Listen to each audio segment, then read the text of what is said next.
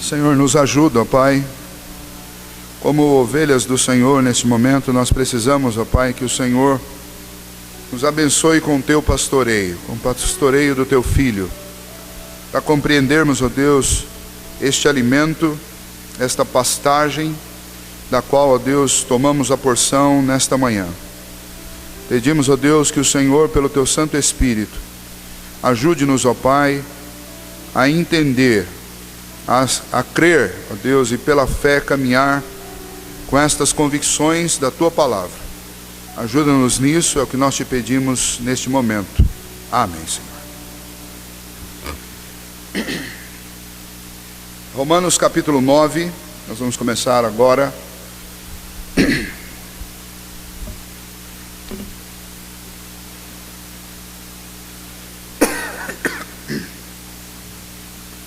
Nós vamos do versículo 1 até o versículo 13. Eu diria que nós vamos esquentar o assunto hoje apenas. Na semana que vem nós podemos pegar o centro do capítulo 9 da carta aos Romanos. É um capítulo que muitas pessoas tentam evitar na Bíblia, exatamente pelas conclusões que ele exige de nós. Então nós vamos iniciar esse estudo hoje e vamos pedir a Deus que Ele nos ajude. Romanos capítulo 9, de 1 a 13. Digo a verdade em Cristo, não minto, testemunhando comigo no Espírito Santo a minha própria consciência. Tenho grande tristeza e incessante dor no coração, porque eu mesmo desejaria ser anátema, separado de Cristo, por amor de meus irmãos, meus compatriotas segundo a carne. São israelitas, pertence-lhes a adoção e também a glória, as alianças, a legislação, o culto e as promessas. Deles são os patriarcas, e também deles descende o Cristo segundo a carne, o qual é sobre todos, Deus bendito para todos sempre. Amém. E não pensemos que a palavra de Deus haja falhado, porque nem todos os de Israel são de fato israelitas, nem por serem descendentes de Abraão são todos seus filhos, mas em Isaque será chamada a tua descendência. Isto é, estes filhos de Deus não são propriamente os da carne, mas devem ser considerados como descendência os filhos da promessa. Porque a palavra da promessa é essa: por esse tempo virei e Sara terá um filho. E não ela somente, mas também Rebeca, ao conceber de um só, Isaque, nosso pai, e ainda não eram gêmeos nascidos, nem tinham praticado bem ou mal, para que o propósito de Deus quanto à eleição prevalecesse não por obras, mas por aquele que chama, já fora dito a ela: o mais velho será servo do mais moço. Como está escrito: amei Jacó, porém me aborreci de Esaú. Capítulo 9 da carta aos Romanos é o capítulo que trata desta doutrina que nós conhecemos como doutrina da eleição. Voltando um pouquinho no capítulo 8, todo o tempo no capítulo 8 o apóstolo Paulo se ocupou em falar da segurança do cristão. No capítulo 9 ele retoma dois pontos importantes que nós já estudamos nos capítulos anteriores. O primeiro é que não é segurança o fato de ser descendente de Abraão ou ter nascido em Israel. Ele volta a um ponto que nós trabalhamos lá no capítulo 3. Ou seja, a salvação, ela não é transmitida por descendência. Se fosse assim, todo o povo de Israel, independente de qualquer outra coisa, eles seriam povo de Deus, nação santa, separados. A eleição não é nacional. Esse é o ponto que Paulo agora vai dizer, que isso não é segurança. E o ponto que ele vai firmar novamente, mas não agora tratando especificamente da questão da segurança, mas o como essa segurança veio até nós, é o propósito pelo qual Deus escolheu, separou, elegeu pessoas, tanto lá na nação de Israel, mas em todo o mundo. E ele vai tratar então dessa doutrina que é chamada doutrina da eleição. Doutrina da eleição não aparece só aqui no capítulo 9 da carta aos Romanos, mas a doutrina da eleição está em todas as páginas da Bíblia, do começo ao fim. Tentar negar essa doutrina é negar as Escrituras, é negar o que está nela. Outras pessoas pensam também que essa doutrina é um mistério tão grande, tão profundo, que não é para os cristãos, ou não é pelo menos para a maioria deles. É para alguns que querem se aplicar especificamente a esse conteúdo. O fato é que isso não é verdade. Você que está acompanhando, aqueles que acompanharam nosso estudo da carta aos Romanos até aqui, obviamente já tiveram que se confrontar diante daquilo que sabiam antes a respeito de salvação, e já, de alguma maneira, já concluíram isso, ainda que talvez não nos pormenores, mas já concluíram alguma coisa a respeito dessa doutrina. Um grande teólogo chamado Roger Nicole, que fez talvez as maiores contribuições a respeito da doutrina da eleição no século XX, ele afirmava que o grande problema da igreja hoje é que nós somos, na grande maioria, pelagianos ou semi-pelagianos. E é óbvio que ele está nos remetendo aos dias de Agostinho, quando Agostinho firmou os pontos, sistematizando essa doutrina com base em todas as Escrituras, nos escritos de Paulo, nos escritos, nos evangelhos que foram escritos narrando aquilo que Jesus fez e disse, nos escritos dos profetas, nos escritos veterotestamentários, especialmente os escritos de Moisés. E então Agostinho firmou essa doutrina, e o grande combatente de Agostinho naqueles dias foi Pelágio, e Pelágio dizia não, a salvação ela é 50% obra de Deus e 50% obra do homem. O homem tem que optar por Deus, o homem não está totalmente mal, existe alguma coisa dentro do coração dele que o leva a optar por Deus, e nós sabemos que isso é antibíblico, porque a própria Bíblia diz que nós somos desesperadamente corruptos, nós estamos completamente lançados no pecado, e a não ser que Deus quebrante o nosso coração e derrame fé dentro do nosso coração, nós jamais cremos nele, nós estamos mortos espiritualmente.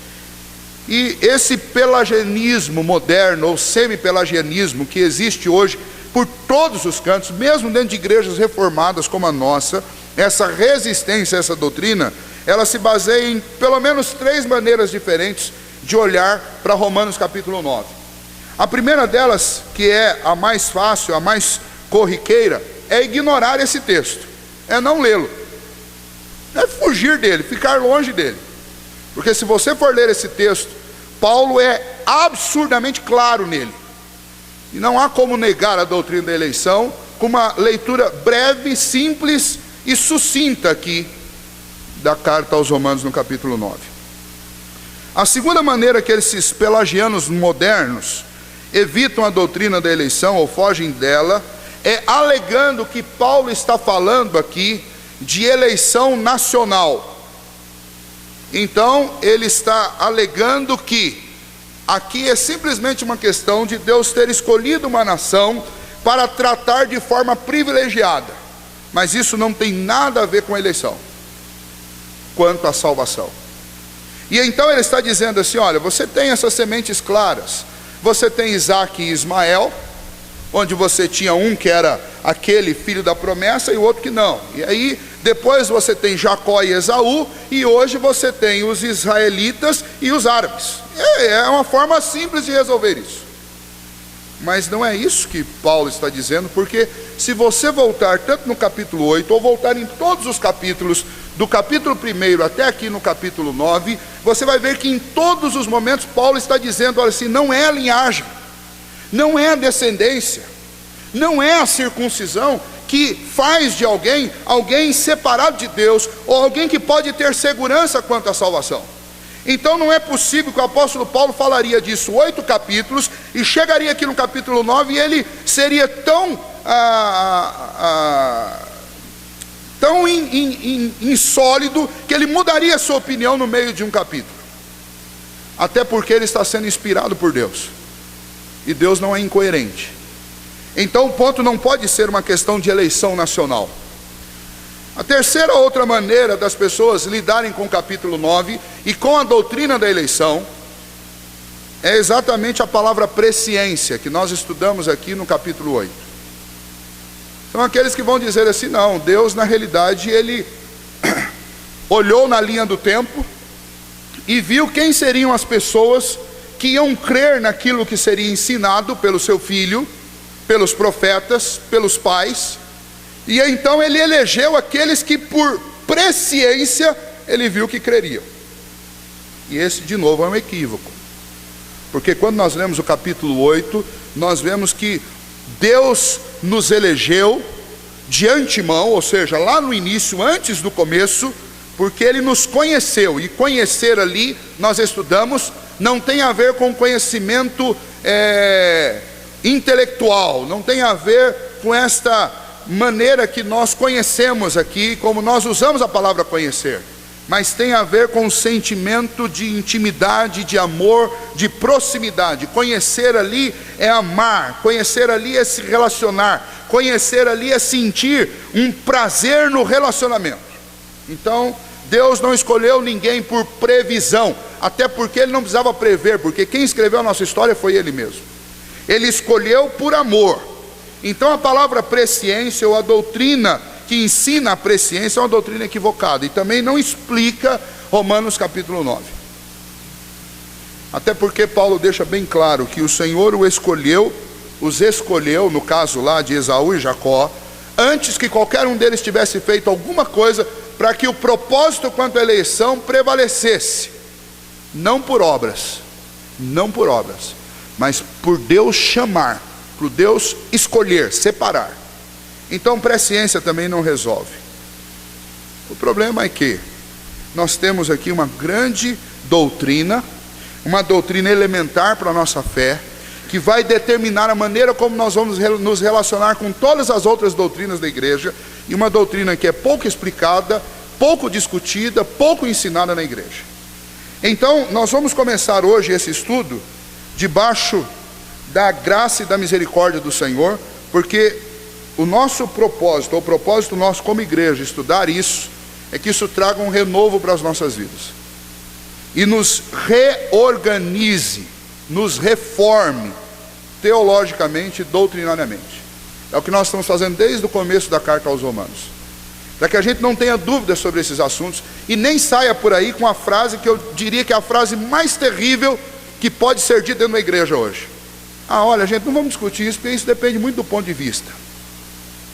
A não ser que você interprete e creia na Bíblia através do seu ponto de vista, aí você pode falar isso.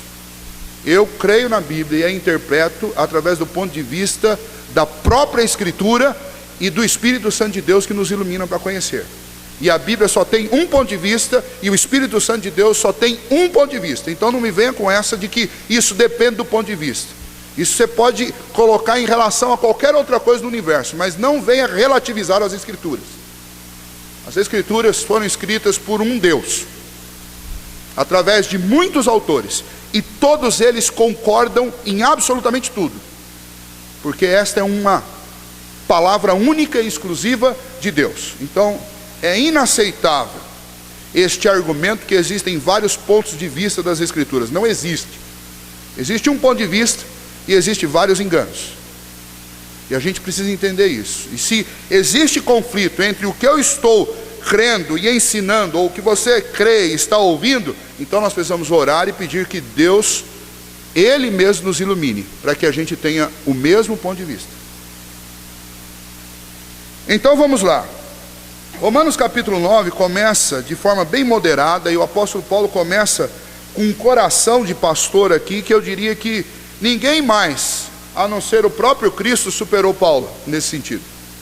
Ele começa dizendo assim, parece um juramento, embora não seja, mas ele diz: olha, digo a verdade em Cristo, não minto, testemunha comigo a minha própria consciência no Espírito Santo, que tenho grande tristeza e incessante dor no coração. Qual era o motivo da tristeza e da dor no coração de Paulo aqui? A tristeza dele é que, embora ele tenha falado tanto sobre segurança, sobre salvação, sobre segurança, sobre certeza de salvação no capítulo 8, ele se entristecia por causa daqueles compatriotas dele e de tantas pessoas que cresceram com ele, que infelizmente não podiam desfrutar dessa segurança. E não podiam desfrutar dessa segurança por quê? Porque simplesmente o propósito de Deus em relação a elas não era esse. Eu não sei se você já parou para pensar o que seria uma grande tristeza. Talvez você diria assim, olha, talvez a maior de todas as tristezas, pastor, deve ser perder um filho, ou perder o pai, a mãe. Talvez uma grande tristeza seja perder tudo, e de repente você ter que mendigar as coisas. Ou talvez uma grande tristeza seja você saber que você está com os dias contados. Alguém chegar para você e te desenganar. Aqui, a maneira como Paulo está colocando é como se ele estivesse dizendo assim, sabe qual é a minha maior tristeza? Sabe qual é o sentimento que mais agride o meu coração? Sabe qual é o sentimento que abre uma ferida que não pode ser curada dentro de mim? É a tristeza de saber que quanto aos meus compatriotas, muitos deles não foram escolhidos. Esse é o maior motivo de tristeza. E aí ele continua, versículo 2, versículo 3, porque eu mesmo desejaria ser anátema, separado de Cristo por amor dos meus irmãos, meus compatriotas. Essa, pelo menos para mim, esta é a declaração mais contundente que não tenha sido dita por Cristo, mas que tenha sido dita por qualquer outro dos autores das Escrituras. Em outras palavras, Paulo está dizendo assim, e por isso que eu falo que aqui Paulo é o maior de todos os pastores das Escrituras, com exceção de Cristo. Ele está dizendo assim, olha, eu preferia, e eu acredito no que ele está falando, porque ele está dizendo que a consciência dele, no Espírito Santo, é testemunha do que ele está dizendo. Ele está dizendo assim, eu preferia eu ir para o inferno, do que ver os meus compatriotas indo. Você imaginou o que é um pastor assim? E nós estamos muito longe disso. Eu me envergonho diante desse pastoreio de Paulo, porque eu não sei se eu diria essa frase. Acredito que não diria. Acredito que não diria. E nós, como cristãos, nós estamos tão longe desse sentimento que havia no coração de Paulo, porque você em algum momento trocaria a sua eleição por causa de algumas outras pessoas que você vê que hoje claramente estão perdidas. Nós não sabemos qual é o futuro delas, mas se nós fôssemos julgar pelo que nós vemos hoje, elas estão distantes de Deus, não creem no Senhor e não querem saber de Deus.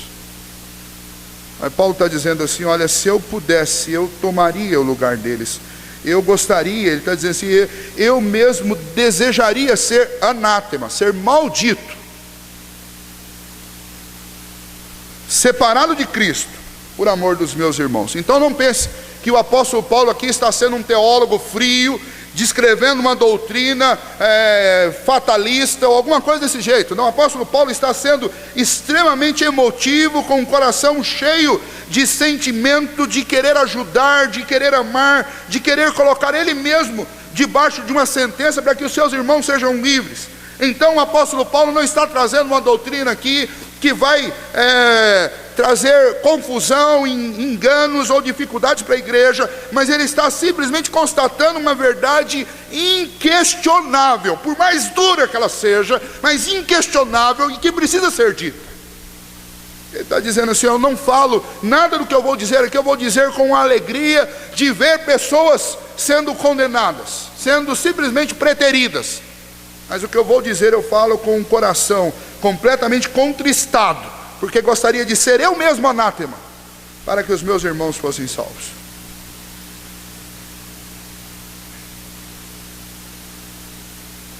Ele vai dizer, são eles israelitas? São. E o que significa isso? Significa que eles foram um povo, desde o início, que foi o germe, que foi a semente, o povo que foi separado e chamado povo de Deus. Não era uma nação qualquer. Eles foram adotados, receberam aliança, sim. A glória deles, a glória deles. Esse termo glória aí para nós ele parece ser uma coisa muito abstrata. Deixa eu tentar ele transformá-lo em alguma coisa mais palatável. Imagine você algo que você fazia muito bem quando você era adolescente, ou quando você era um jovem, ou no caso dos jovens que estão aqui, e por causa disso você era reconhecido. Então onde você chegava, as pessoas, nossa, chegou lá o maior jogador de futebol da nossa turma, ou chegou o maior jogador de ping-pong da nossa turma, né, Valmir? A glória é dele, porque ele sabe fazer isso. Chegou lá a única pessoa do nosso grupo que fala fluentemente inglês, a glória é dele. A glória aqui que Paulo está falando é isso, é esse reconhecimento de alguma coisa que você tem que ninguém mais tem, que em você é especial. Aí quando você encontra alguém e você diz assim, rapaz, precisamos voltar lá, vamos jogar umas partidas de futebol lá, lembrar das glórias do passado. Então dizendo assim, vamos lembrar da época que nós éramos os melhores nisso. Então é disso que Paulo está falando assim, a glória de Israel as coisas mais fantásticas, as coisas mais singulares na história da humanidade aconteceram lá entre os hebreus, aconteceram lá entre o povo de Israel, lá em Judá. É isso que ele está falando. Eles são israelitas, pertence-lhes a adoção, pertence-lhes a glória deles, a glória, as alianças que Deus estabeleceu, a própria lei que o Senhor deu. Deus legislou leis morais, leis civis, leis que foram usadas nacionalmente em Israel. Estas leis que foram dadas diretamente por Deus são um patrimônio de Israel, e Paulo está dizendo, a lei é deles. E as promessas, Deus lhes fez promessas também. As promessas são deles são os pais, os patriarcas, mas maior do que tudo isso, deles descende o Cristo. Segundo a carne, a raiz, a descendência de Cristo é israelita. Paulo está dizendo tudo isso para falar assim, que povo, que nação, fantástico. Mas, sempre tem um mais, né? Mas, Cristo não é de todos. Esse é o ponto que Paulo vai entrar. No final do século XVI, Lutero insultou os judeus por diversas razões. E ele o fez de um modo não muito incomum nas polêmicas de sua época. No entanto, antes em seu ministério, Martim Lutero escreveu um magnífico ensaio sobre a dívida da Igreja de Cristo para com os judeus. Nesse importante ensaio, Lutero destacou o princípio bíblico de que a salvação é dos judeus. Nesse ensaio, que é muitas vezes omitido no debate quando se fala a respeito de Lutero, Lutero disse que não temos nada a parte da herança de Israel. O problema é que Jesus veio para os seus e os seus não o receberam. E lá na frente o apóstolo Paulo vai falar assim, foi pela desobediência deles que veio a nós a salvação. Esse ponto aqui é o ponto que o apóstolo Paulo está batendo. Antes dele entrar e falar que alguém é eleito e alguém é preterido, ele está dizendo assim, Israel, a nação que teve todos os privilégios, a nação da qual descende o próprio Senhor Jesus, experimentou, experimenta e vai experimentar a doutrina da eleição. Em outras palavras, é como Paulo estivesse dizendo assim, olha, se entre o meu povo, que é um povo privilegiado, Deus escolheu uns e preteriu outros, como você duvidaria que Deus faria isso em qualquer outro povo? Esse é o ponto para nós.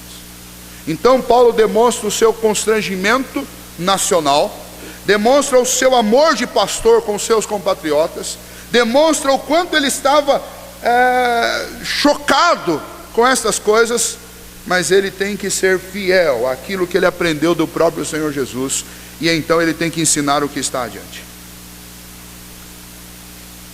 Versículo 6, e não pensemos que a palavra de Deus haja falhado, porque nem todos os de Israel são de fato israelitas.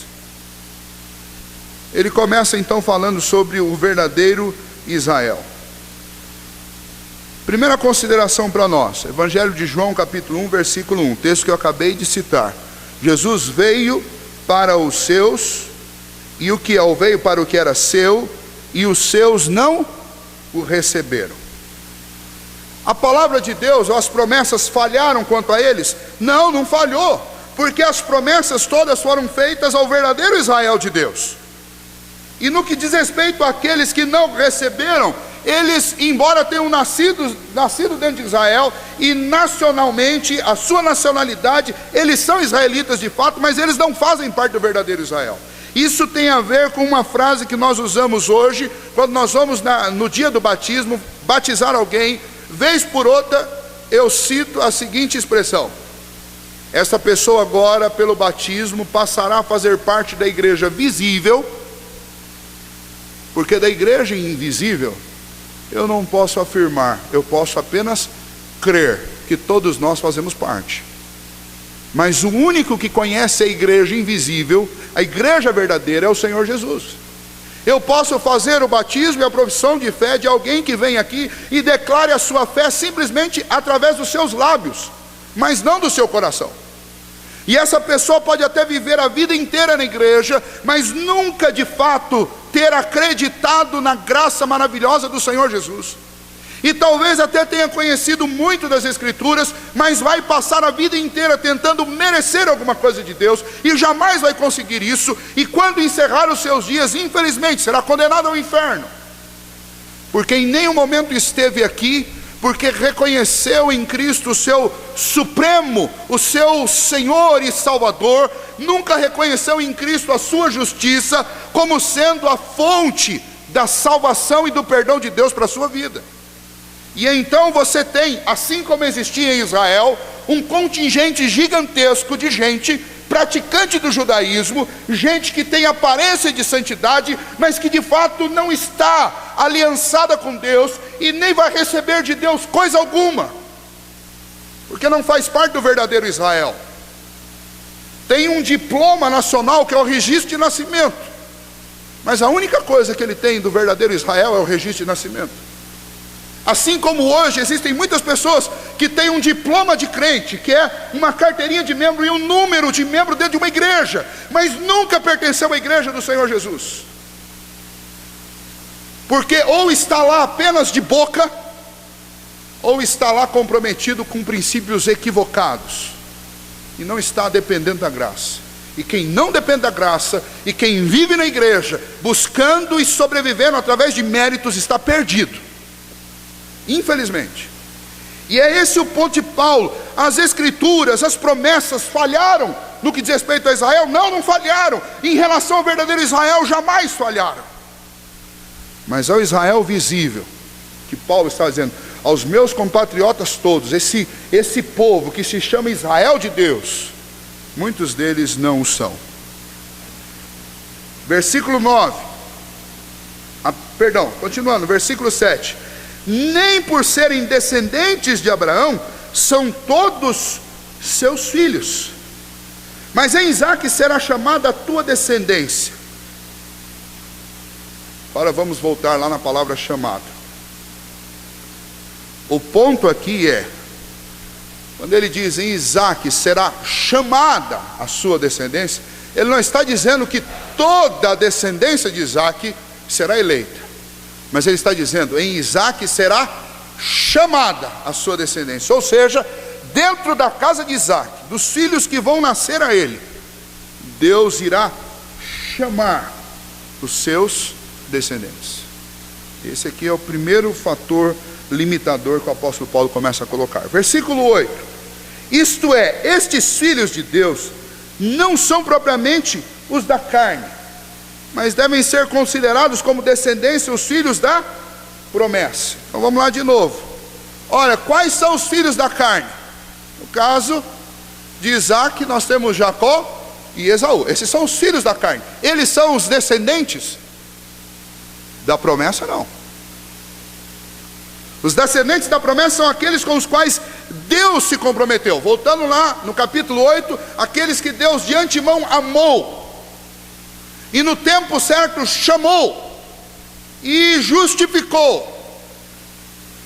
está santificando e irá glorificar, se nós formos respeitar aí o tempo, coisa que Paulo não faz.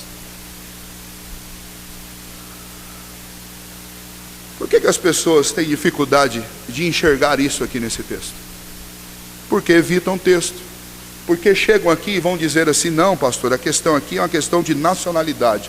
Nós estamos falando de israelitas e nós estamos falando de nação árabe, de todo o povo que vive naquela região e que não é o povo de Israel. Não pode ser.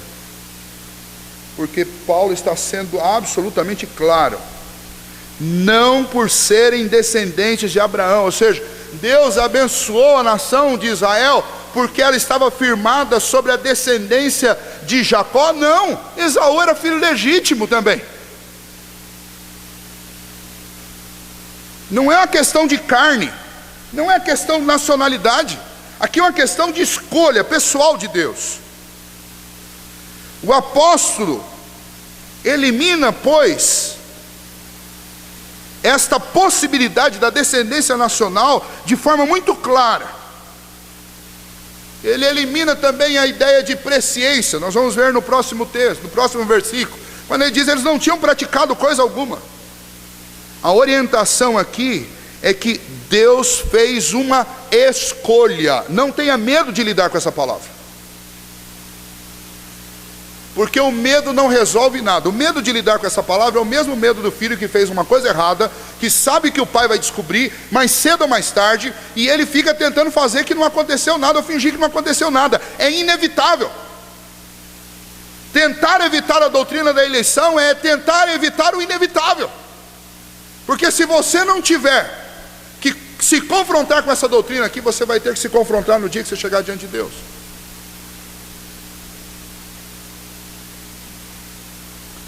Quais são as bases da eleição? Nós formos lá no versículo 16, vai dizer assim, ó: assim, pois, não depende de quem quer ou de quem corre, mas de usar Deus a sua misericórdia. Por que que Deus amou a Jacó e se aborreceu de Esaú? Por causa do beneplácito da sua vontade. Ele sentiu prazer em amar Jacó, e ele quis se aborrecer de Esaú. Agora, se perguntar assim: mas o que que eles fizeram para merecer isso? Esqueça essa frase, porque nunca foi e nunca será o que nós fazemos o fator determinante. O fator determinante é a escolha que Deus faz. Agora, se você quiser perguntar o que nós fizemos, eu vou dizer: o que nós fizemos só serve para justificar um lado, o lado da preterição. Só serve para justificar esse lado, porque todos que não foram escolhidos, todos os que não foram separados por Deus, todos os que não foram eleitos, não vão para o inferno porque foram preteridos. Eles vão para o inferno por causa dos pecados que cometeram a vida inteira. E os que foram eleitos não tinham que ir para o inferno do mesmo jeito, tinham, e só não vão por causa da misericórdia de Deus. Porque no que tange ao inferno, nós fazemos por merecer, e no que tange ao céu, nós nunca fizemos nada para merecer. É uma dádiva do Senhor. Aí você fala assim: mas se Deus deu para uns, por que Deus não deu para todos? Não é injustiça, é o que nós vamos ver no texto da semana que vem, mas eu tenho que entrar aqui para falar sobre as bases da eleição. Não é injustiça, não é. Por que não é? Porque Deus sente misericórdia de quem Ele quer sentir misericórdia, e Ele não é obrigado por ninguém a sentir misericórdia de quem Ele não quer. E essa misericórdia que Ele sente não foi de graça para Deus. Esse é o ponto para nós. Ele pagou um preço. Deus não anulou pecados. Deus não fez vista grossa, porque daí Ele não seria justo mesmo.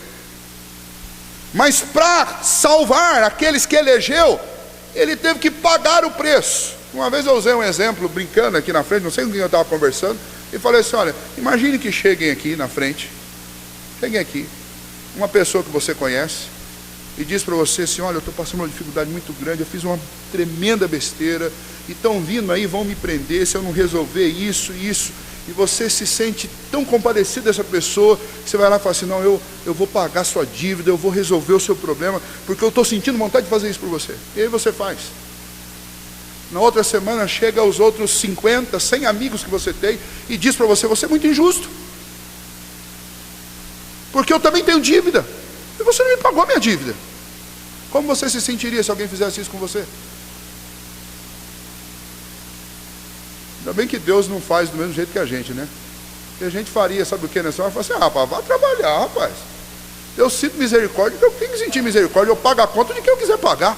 Se eu não quiser pagar de ninguém, eu também não sou obrigado.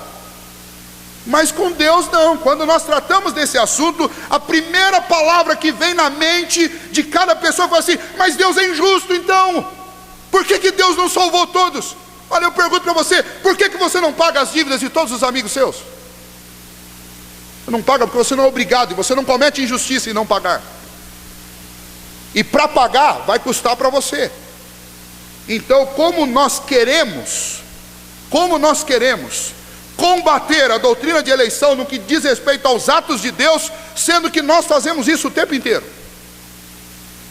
Nós elegemos pessoas para serem íntimas de nós.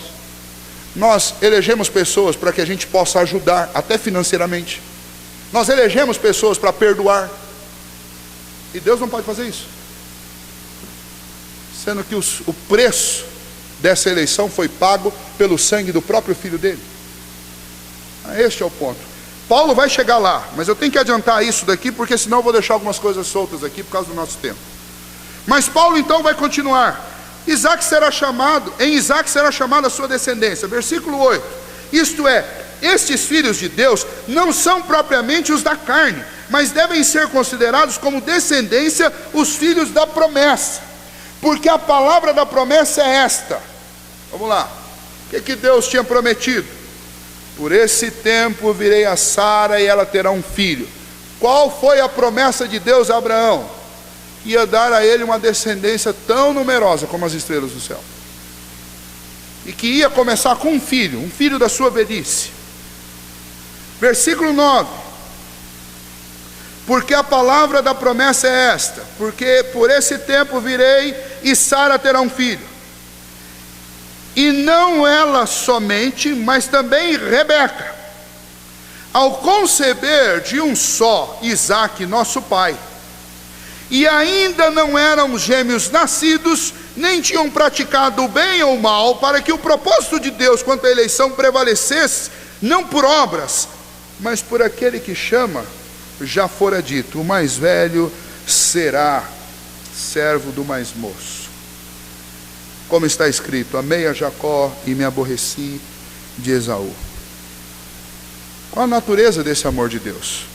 Deus ama as pessoas de duas formas distintas. Eu preciso falar sobre isso também. Como eu disse, nós estamos aquecendo o assunto. Primeiro, Deus ama de maneira benevolente toda a sua criação. Toda a sua criação. O que é amar de forma benevolente? Deus manda o sol subir todos os dias sobre todos. Deus manda a chuva vir sobre todos. Deus ordena as plantas que elas produzam frutos para alimentar a todos.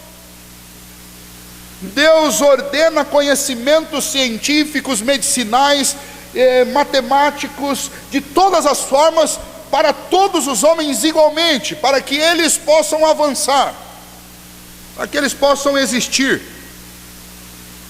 Deus ordena a vida para todos. Então todo homem e mulher que se casar neste mundo, com raríssimas exceções, e a maioria delas hoje já podem ser tratadas, Deus ordena que possam reproduzir. Isto é ação benevolente de Deus. As frutas que nós compramos e comemos, não importa se elas estão sendo comidas por um crente ou por um ateu, todas elas têm o mesmo sabor, todas elas têm doce.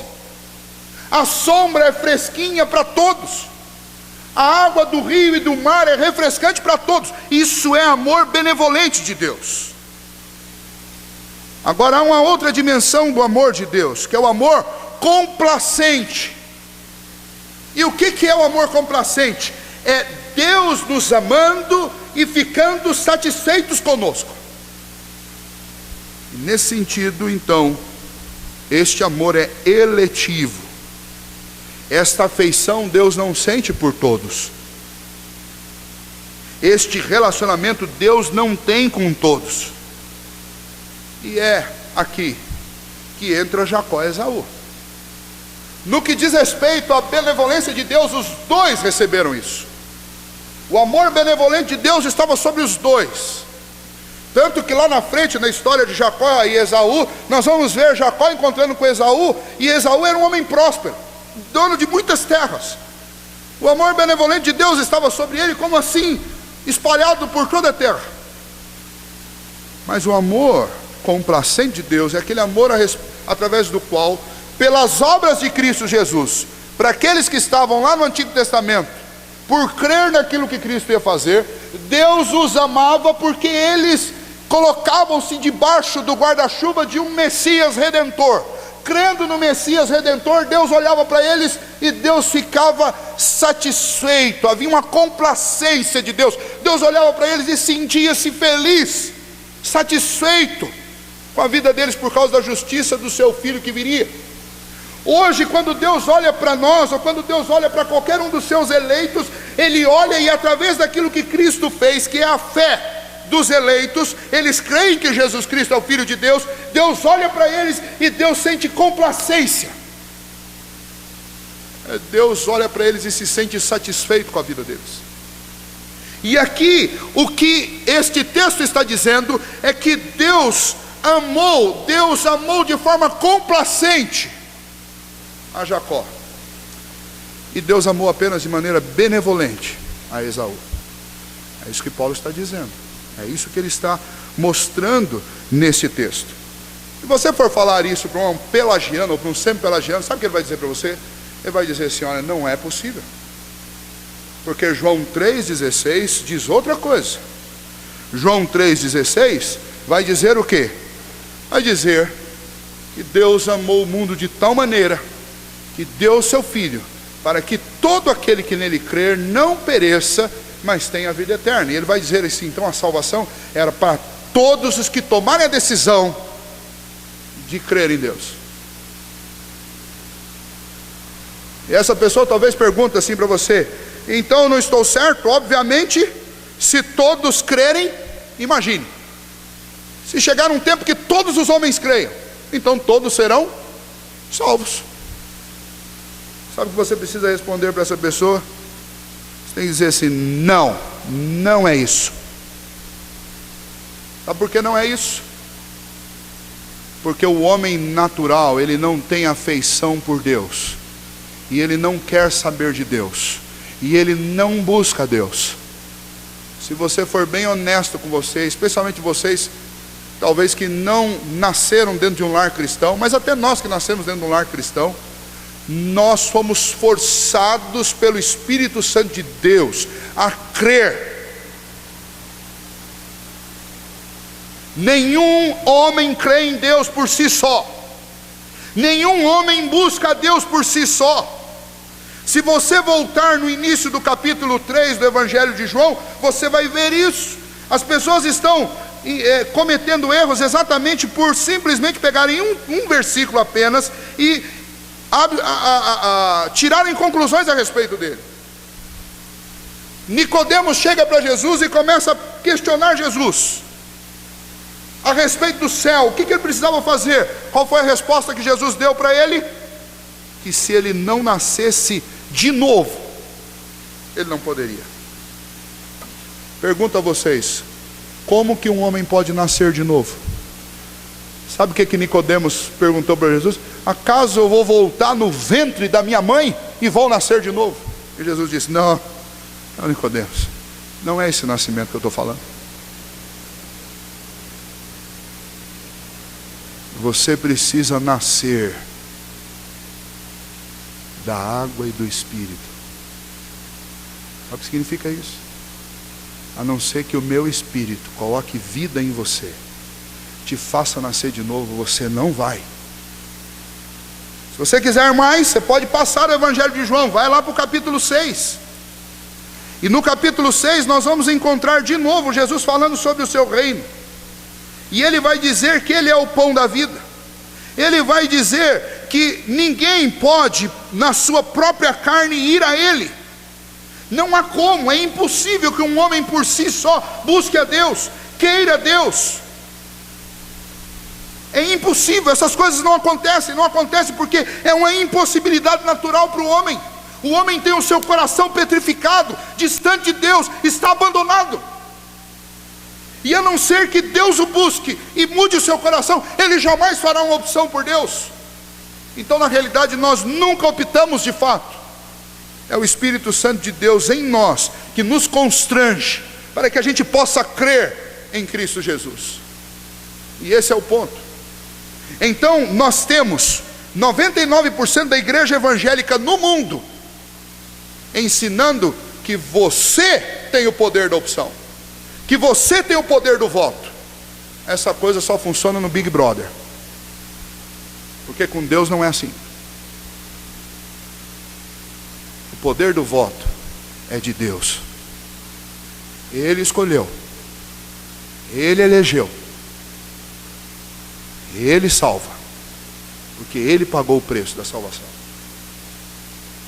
E Paulo está dizendo isso. Não está dizendo isso arrogantemente, nem prepotentemente, nem querendo colocar o dedo na cara dos outros. Ele está dizendo isso com dor no coração, porque ele mesmo disse: eu preferia eu ter sido preterido, eu preferia ser maldito, e a minha nação inteira.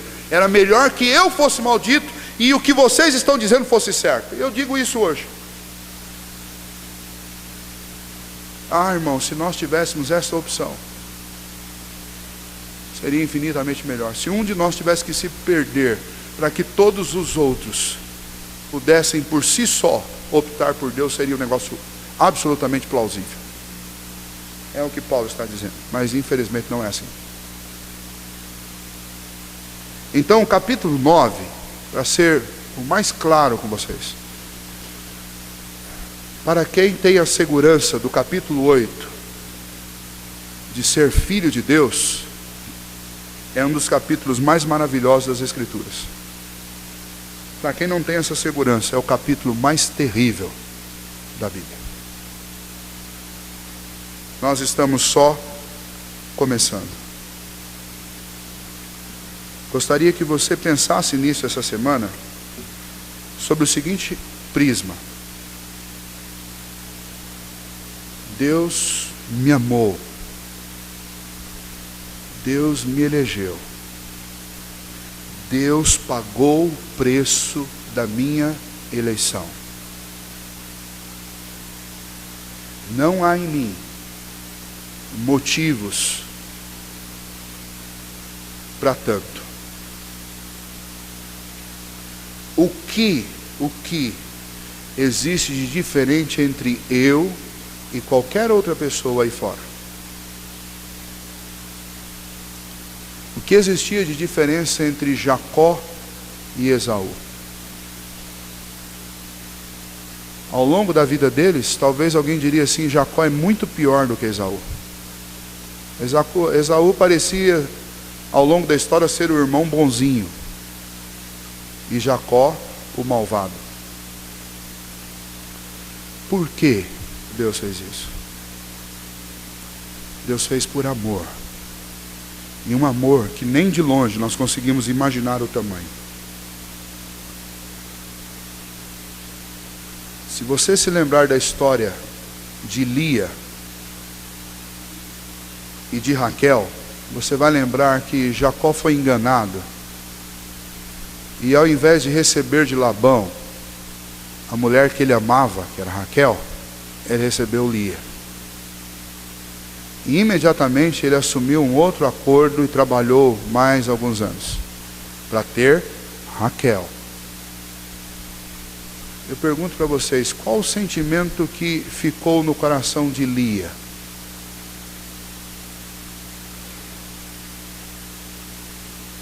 Qual o sentimento essa mulher carregou para o resto da vida? Aqui está um bom exemplo. Ela tinha o amor benevolente de Jacó, mas ela não tinha o amor complacente. O desafio para nós todos, filhos de Deus, é tentarmos sentir quão profunda é essa tristeza de ser apenas alvo do amor benevolente.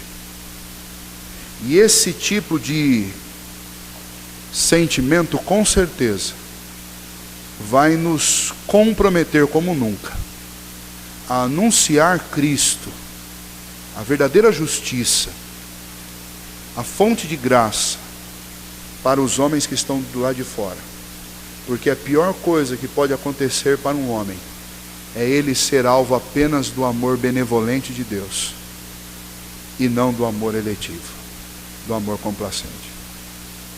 E se você, por causa de Romanos 8, está seguro, nós deveríamos ser agentes do reino de Deus, comprometidos em ensinar isso aos outros, para encontrar, por onde quer que nós formos, pessoas que possam ser resgatadas e que possam descobrir que também são alvo do amor complacente de Deus e não apenas do amor benevolente. Então, quem diz que a doutrina da eleição, e alguns vão chamar até o calvinismo, isso é Bíblia, não é calvinismo. Ah, pastor, quando a gente ensina essas doutrinas, o povo não quer saber de fazer mais nada. Eu digo ao contrário. Porque se você aprender esta doutrina, do jeito que ela está sendo ensinada nas Escrituras, e se você sentir esta compaixão, você vai querer sair a cada instante, e para cada pessoa que você encontrar, você vai querer fazer tudo para que Deus atue na vida dela. E se depender de você, você ser o instrumento de publicação, de anunciação da palavra de Deus, para que esta pessoa saia dessa condição de distanciamento de Deus e venha para debaixo da graça. Nós não sabemos quem foram os eleitos. Nós só sabemos quanto à eleição a respeito de nós mesmos. E o grande desafio da nossa vida é pensar que não há nada de diferente entre nós e os que estão lá do lado de fora, e que portanto eu posso muito bem ir atrás deles, porque não existe nada mais drástico, nada mais terrível, nada mais sofrível, nada mais triste no universo do que pensar que uma pessoa que pode talvez ser o seu marido, a sua esposa, o seu filho, ou pode ser um amigo seu próximo, só tem de Deus o amor benevolente. Enquanto eu não tiver convicção absoluta, ou enquanto sobrar um fôlego de vida para os meus amigos, eu preciso tentar descobrir neles um eleito de Deus. Porque é a única coisa que de fato pode dar segurança. Porque nada que fazemos, nada que fizemos, ou nada que faremos, trará segurança. Não resta alguma dúvida de que Paulo aqui está falando de eleição soberana. Nada. Espere até nós entrarmos a partir do próximo texto e você verá então. Hoje foi só para a gente esquentar. Leia, por favor, do capítulo 9, do versículo 14 a 16. Nós temos aqui apenas a primeira base. A primeira base é que Deus escolheu, sem fundamentar a sua escolha nas ações humanas. Ele escolheu segundo a sua vontade. Essa é a primeira base da eleição. A vontade soberana de Deus. Ponto final. A partir do versículo 14 a 16, nós vamos ver se existe alguma incompatibilidade daquilo que Deus fez com a sua justiça. É isso que nós vamos falar no domingo que vem. Vamos orar nesse momento. Senhor Deus, nos ajude, ó Pai, porque esta mensagem de fato ela nos esmaga. Nos esmaga, ó Deus, primeiro por causa do exemplo de Paulo, porque, ó Deus, me envergonha, e eu acredito que envergonha os meus irmãos também, saber, ó Pai, que nem de longe nós temos esse sentimento que havia no teu servo, de se dispor a ser ele mesmo maldito por causa dos seus compatriotas. Nós vivemos num país onde nós não temos patriotismo. E pior, ó Deus, nós vivemos numa igreja evangélica do mundo do século 21, que nós mal conseguimos, ó Deus, ser amigos uns dos outros.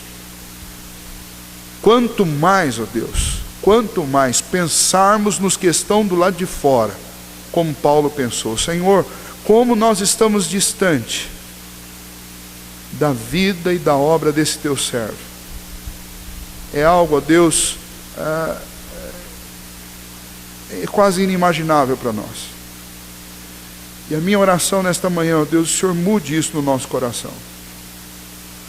Porque, ó Deus, se nós não conseguimos amar os de dentro ao ponto de nos esforçarmos para sermos amigos, como, ó Deus, nós poderemos um dia entender o que Paulo disse, quando ele se oferece para ser maldito, por causa de gente, ó Deus, que estava completamente perdida. Ó Deus, nos mude nisso, ó Pai, porque temos uma grande dificuldade, os nossos corações são duros e frios. E, ó Deus, falar sobre eleição é também falar sobre esta compaixão santa, esta compaixão como a compaixão que estava no coração de Paulo, que é capaz de dizer que abriria mão de uma eternidade com o Senhor, da sua viva esperança, por causa de homens e mulheres perdidos. Tira de nós, ó Deus, o orgulho e a arrogância e este sentimento de nos acharmos melhores do que os outros. Tira de nós, ó Deus, o egoísmo que nos faz querer, inclusive do Senhor, e nunca dividir, e nunca compartilhar. Ó Pai, em nome de Jesus, nos cure, ó Deus, cure a nossa mente, o nosso coração, dessa dureza terrível, ó Pai, que invadiu a nossa vida. Ó Deus, se ser irmão em Cristo, e se ser cristão, é o que Paulo foi, e eu creio que é, então nós estamos muito longe de viver o cristianismo. Então a minha oração nesta manhã, ó Deus, é que o Senhor nos ajude. O Senhor nos perdoe, ó Deus, e o Senhor nos ajude. O Senhor sabe que a nossa vida só é possível pela Tua graça, que a nossa prática do cristianismo só é possível pela Tua graça, e a única justiça que nós temos é a justiça do Teu Filho. Mas, ó Deus, se é possível melhorar em alguma coisa, eu te peço, ó Deus, que o Senhor nos ajude. Em segundo lugar, ó Deus, eu peço ao Senhor que o Senhor nos ajude a com fé acolher a Tua palavra, e que o Senhor, ó Deus, nos faça humildes diante de Ti, porque não existe nada de diferente entre nós e aqueles que estão do lado de fora, exceto o propósito do Senhor quanto à eleição. É a única coisa que nos difere dos demais. Então não há razão em nós para que haja orgulho espiritual, para que a gente não tenha amizade com as outras pessoas, para que a gente se isole. Não há motivo para isso. Muito pelo contrário, Deus, nós deveríamos nos aproximar o máximo possível das outras pessoas, tentando, ó Deus, um último fio de esperança, para que, ó Deus, nós encontremos outros, ó Pai, que estão debaixo também do Teu amor complacente, porque a pior coisa que pode acontecer para um homem é ele receber apenas o amor benevolente do Senhor, a Tua graça comum, e não a Tua graça especial. Ajuda-nos a meditar nestas coisas, ó Deus, e que elas nos humilhem o necessário, para que a gente coloque o nosso pé no chão, para que a gente, ó Deus, seja libertado desta praga do humanismo e do relativismo, que nos impede, ó Deus, de compreender as Sagradas Escrituras como elas de fato são, que nos impedem, ó Deus, de servir ao Senhor com honestidade, sem hipocrisia, sabendo, ó Deus, de que somos, de fato, filhos do Senhor, não porque te buscamos, não porque merecemos, mas porque o Senhor nos escolheu, e porque o Senhor nos buscou, e porque o teu Filho trouxe justiça sobre as nossas vidas, pagando a nossa dívida. Em nome de Jesus, ó Deus, nos ajude nisso, porque nós podemos fazer muitas coisas como igreja, mas se nós não estivermos, ó Deus, compreendendo a verdade das Escrituras, todas elas são em vão. Então nos ajude, Senhor, é o que nós te pedimos. Em nome de Jesus. Amém.